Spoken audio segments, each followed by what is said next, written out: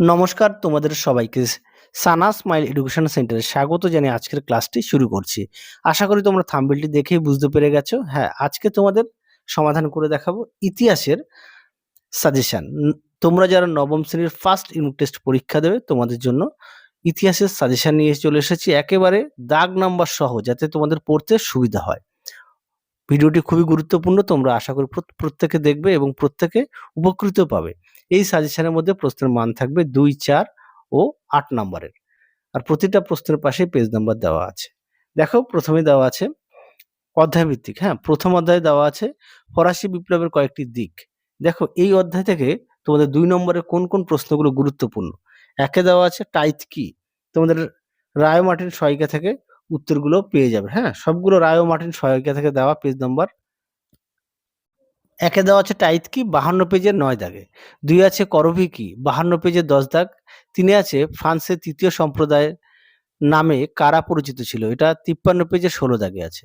4 দেখো অসিয়ারিজম বলতে কি বোঝায়, 53 পেজের 19 দাগে আছে। 5 আছে মন্তেস্কু ও ভলতেয়ারের লেখা দুটি গ্রন্থের নাম লেখো। এই প্রশ্নের উত্তরটি পেয়ে যাবে 54 পেজের 24 ও 25 দাগ। প্রথমে দেখবে দেওয়া আছে মন্তেস্কু কে, তারপরে দেওয়া আছে ভলতেয়ার কে, তারপরে দেখবে পরের সঙ্গেই পাশে দেওয়া আছে যে তার লেখা দুটি গ্রন্থের নাম। পাশেই দেখবে প্রশ্নগুলি, আশা করি পেয়ে যাবে। পরবর্তী প্রশ্ন দেখো, আর তোমরা অবশ্যই প্রতিটা বিষয়ে পাঠ্য বই খুঁটিয়ে পড়বে, পাঠ্য বইয়ের দিকে অবশ্যই গুরুত্ব দেবে। সমস্ত বিষয়ে পাঠ্য বই খুঁটিয়ে পড়বে। আর তোমাদের আগের ভিডিওতে সমস্ত বিষয়ের সাজেশন দেওয়া আছে। সাজেশনের সমস্ত প্রশ্নের উত্তরগুলো তোমাদের রায় ও মার্টিন প্রশ্নবিচিত্রের যে মডেল সেটগুলো আছে ইতিহাসের, তার মধ্যে আমরা সমাধান করে দেওয়া আছে, সেখান থেকেও পেয়ে যাবে। চলো পরবর্তী প্রশ্ন দেখো। পরবর্তী দেখো 6 দাগের ফিজিওক্র্যাটস কাদের বলা হয়, উত্তরটা পেয়ে যাবে 54 পেজের 31 দাগ। 7 দাগে আছে গ্রেট হোপ, অর্থাৎ এটা পেয়ে যাবে 54 পেজের 35 দাগে। 8 দাগে আছে টেনিস কোর্টের শপথ বলতে কি বোঝায়, 55 পেজের 37 দাগে। 9 আছে ল্যাথর দ্য ক্যাসে কি, 55 পৃষ্ঠায় 37 দাগে পেয়ে যাবে। 10 দাগে আছে প্যারিস কমিউন কি, এটা পেয়ে যাবে 55 পেজের 41 দাগে।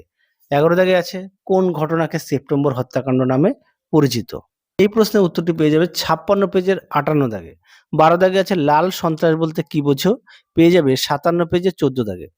13 দাগে আছে ফরাসি বিপ্লবের মূল আদর্শ কি, এটা পেয়ে যাবে 58 পেজের 80 দাগে। পরবর্তী দেখো 14 দাগে আছে সাকুলত কাদের বলা হতো, এই প্রশ্নের উত্তরটা পেয়ে যাবে 53 পেজের 18 দাগের। সাজেশনে যে কটা প্রশ্ন দেওয়া আছে প্রতিটা প্রশ্নই গুরুত্বপূর্ণ, তোমরা অবশ্যই ভালো করে পড়বে। আর যদি পারো প্রশ্নগুলো খাতায় লিখে নিয়ে পড়বে, তাহলে তোমাদের সুবিধা হবে।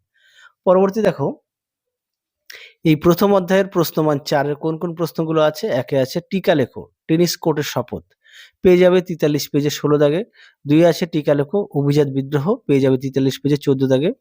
তারপরে দেওয়া আছে সন্ত্রাসের রাজত্ব, এটা পেয়ে যাবে 47 পেজের 26 দাগ।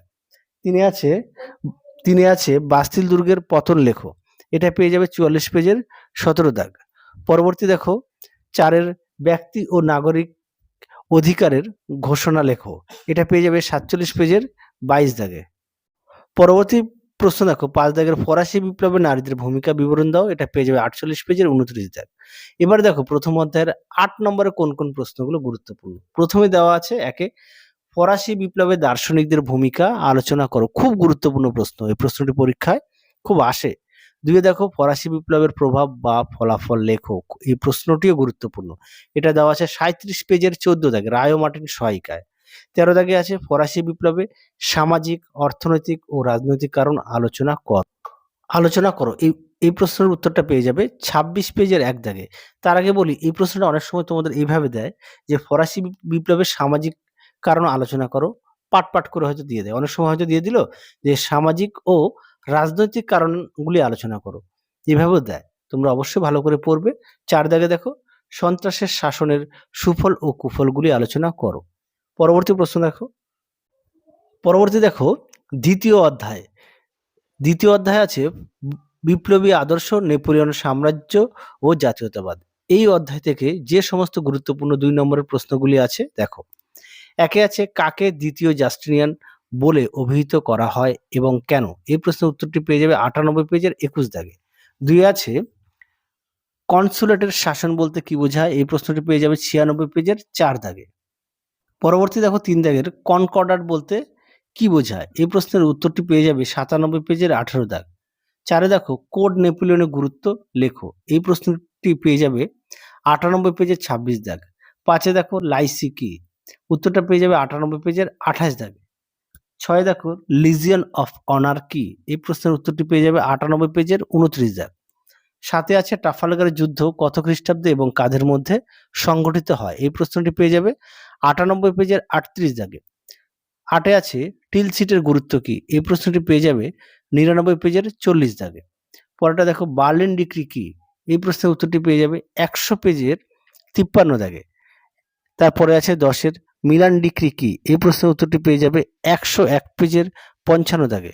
তারপরে দেখো ১১ দাগে আছে মহাদেশীয় অবরোধ ব্যবস্থা গ্রহণের কারণ কি ছিল? এই প্রশ্নটি পেয়ে যাবে ১০১ পেজের ৫৭ দাগে। পরবর্তী প্রশ্ন দেখো ১২ দাগের জুনটা কি? এই প্রশ্নের উত্তরটি পেয়ে যাবে ১০১ পেজের ৬১ দাগে। ১৩ দাগে দেখো আছে স্পেনীয় ক্ষত কি? এই প্রশ্নের উত্তরটি পেয়ে যাবে ১০১ পেজের ৬৪ দাগে। পরবর্তী দেখো ১৪ দাগের পোড়ামাটি নীতি কি? এই প্রশ্নের উত্তরটি পেয়ে যাবে ১০২ পেজের ৬৬ দাগে। যে কটা প্রশ্ন দেওয়া আছে অবশ্যই ভালো করে পড়বে। প্রতিটা প্রশ্নে গুরুত্বপূর্ণ, অবশ্যই খুঁটিয়ে পড়বে। আর যদি পারো প্রশ্নগুলো খাতায় লিখে নিয়ে পড়ো। পরবর্তী দেখো ১৫ দাগের প্রশ্ন, লিপজিগের যুদ্ধ কবে কাদের মধ্যে হয়? উত্তরটা দেখো ১০২ পেজের ৬৭ দাগ। ১৬ দাগে দেখো শতদিবসের রাজত্ব বলতে কি বোঝো? এই প্রশ্নের উত্তরটি পেয়ে যাবে ১০২ পেজের ৬৯ দাগ। ১৭ দাগে দেখো ওয়াটারলু যুদ্ধ গুরুত্ব কি ছিল? এই প্রশ্নের উত্তরটি পেয়ে যাবে ১০২ নম্বর পেজের ৭০ দাগে। ১৮ দাগ দেখো নেপোলিয়নকে বিপ্লবের ধ্বংসকারী বলা হয় কেন? খুব গুরুত্বপূর্ণ। এই প্রশ্নের উত্তরটি পেয়ে যাবে ১০৩ পেজের ৭৪ দাগে। পরবর্তী দেখো ১৯ দাগের নেপোলিয়নকে বিপ্লবের অগ্নিময় তরবারি বলা হয় কেন? খুব গুরুত্বপূর্ণ প্রশ্ন। এই প্রশ্নটি পেয়ে যাবে ১০২ নম্বর পেজের ৭২ দাগ। চলো এবার আমরা দেখব প্রশ্নমান ৪ এর এই অধ্যায় থেকে কোন কোন প্রশ্নগুলো গুরুত্বপূর্ণ হিসাবে রেখেছি। একে আছে নেপোলিয়ন কেন স্পেন আক্রমণ করেন? এই প্রশ্নের উত্তরটি পেয়ে যাবে ৫২ পেজের ২৫ দাগ। ২ দাগে দেখো নেপোলিয়নকে বিপ্লবের সন্তান ও বিপ্লবের ধ্বংসকারী বলা হয় কেন? এই প্রশ্নটা অনেক সময় শুধু দিয়ে দেয় নেপোলিয়নকে বিপ্লবের সন্তান বলা হয় কেন? এইভাবে দেয়। অনেক সময় হয়তো দেয় নেপোলিয়নকে বিপ্লবের ধ্বংসকারী বলা হয় কেন? এইভাবে দেয়। দাগ নাম্বার ৮৮ পেজের ১২ ও ১৩ দাগে আছে। ৩ দাগে দেখো নেপোলিয়নের মহাদেশীয় ব্যবস্থা গ্রহণের উদ্দেশ্য কি? এটা পেয়ে যাবে ৮১ পেজের ১১ দাগে। ৪ দেখো টিকা লেখো নেপোলিয়নের স্পেনীয় ক্ষত। এটা পেয়ে যাবে ৯৩ পেজের ২৭ দাগে। প্রশ্ন দেখো ৫ দাগের টিকা লেখো কোড নেপোলিয়ন। এটা পেয়ে যাবে ৮৬ পেজের ৭ দাগে। এই প্রশ্নটি গুরুত্বপূর্ণ। ৬ দেখো নেপোলিয়ন কেন রাশিয়া আক্রমণ করেছিল? এই প্রশ্নটি পেয়ে যাবে ৯৪ পেজের ৩০ দাগে। ৭ আছে শত দিবসের রাজত্ব বলতে কি বোঝো? নেপোলিয়নের এলবা দ্বীপ থেকে ফ্রান্সে ফিরে আসার পটভূমি কি ছিল? এটা পেয়ে যাবে ৯৪ পেজের ৩২ দাগে। খুব গুরুত্বপূর্ণ প্রশ্ন। তোমরা অবশ্যই ভালো করে পড়বে। যদি পারো প্রশ্নগুলো খাতায় একটু লিখে নিয়ে পড়বে। পরবর্তী দেখো এই অধ্যায়ের প্রশ্নমান ৮। একে আছে নেপোলিয়নের অভ্যন্তরীণ সংস্কারগুলির বর্ণনা দাও। এটা পেয়ে যাবে ৭৫ পেজে ২ দাগ। ২ আছে নেপোলিয়ন কিভাবে জার্মানির পুনর্গঠন করেন? এটা পেয়ে যাবে ৯১ পেজের ২০ দাগে।